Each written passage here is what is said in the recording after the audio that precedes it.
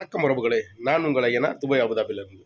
இப்போ பார்த்தீங்கன்னா, இந்த ஸ்டங்ஷனுக்கு எதிராக அறப்போர் இயக்கம் ஒரு ஒரு போராட்டத்தை அறிவிக்கிறதுக்கு ஒரு மாநாடுக்கு பர்மிஷன் கேட்குறாங்க. பர்மிஷன் கொடுக்கணுமா கொடுக்கக்கூடாதா? திமுக அரசு கொடுக்கலங்க. அப்போ திமுக அரசு தனியார் முதலாளிக்கான அரசாக இருக்குது, தமிழ்நாட்டு மக்களுக்கான அரசாக இல்லை. போராடுறதுக்கு அனுமதி கொடுக்கணுமா கொடுக்கக்கூடாதா? இவர் எதிர்கட்சியாக இருக்கும்போது எத்தனை போராட்டங்கள் நடத்தினார்? ஐயா ஸ்டாலின் அவர்கள் எதிர்கட்சியாக இருக்கும்போது என்னவெல்லாம் போராட்டம் நடத்தினார்? ஏன் இப்போ ஒரு பொதுமக்கள், தன்னாளர்கள் எல்லாரும் ஒரு போராட்டம் நடக்கணும்னா பெர்மிஷன் கொடுக்கல என்ன இருக்குது? ஏன் மறுக்கிறீங்க? இதெல்லாம் என்ன சொல்கிறது?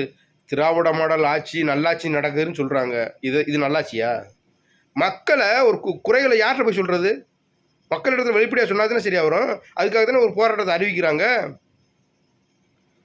போராடவே கூடாது அப்படின்னா அப்புறம் என்ன தான் பண்ணுறது?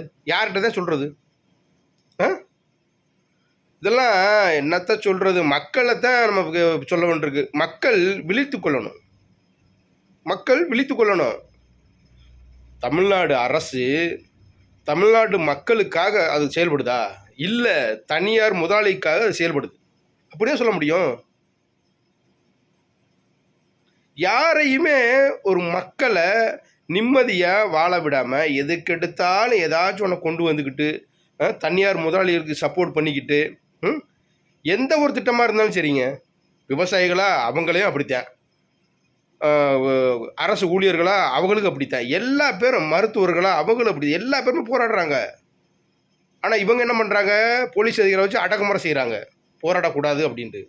அப்புறம் எங்கே தான் அப்புறம் சொல்கிறது? யார்கிட்ட தான் சொல்கிறது? அவரோட குறைகளை யார்கிட்ட சொல்கிறது? அரசுக்கிட்ட சொல்லணும்னு நினைக்கிறோம், அரசுக்கிட்ட சொல்ல முடியலை. பொதுக்கூட்டம் நடக்கணும்னு நினைக்க பொதுக்கூட்டத்துக்கு நடத்த விட மாட்டீங்க, பெர்மிஷன் தர மாட்டீங்க. அப்புறம் என்ன தான் பண்ணுறது? மக்கள் வீட்டில் உட்காந்துட்டு இருக்குதா? தமிழ்நாடு அரசு இந்த இதெல்லாம் மாற்றிக்கிறணும். அப்போதான் நல்லது. மக்களே விழித்து கொள்ளுங்கள். இப்படியே போய் நினச்சுங்களேன், ரொம்ப கஷ்டம்.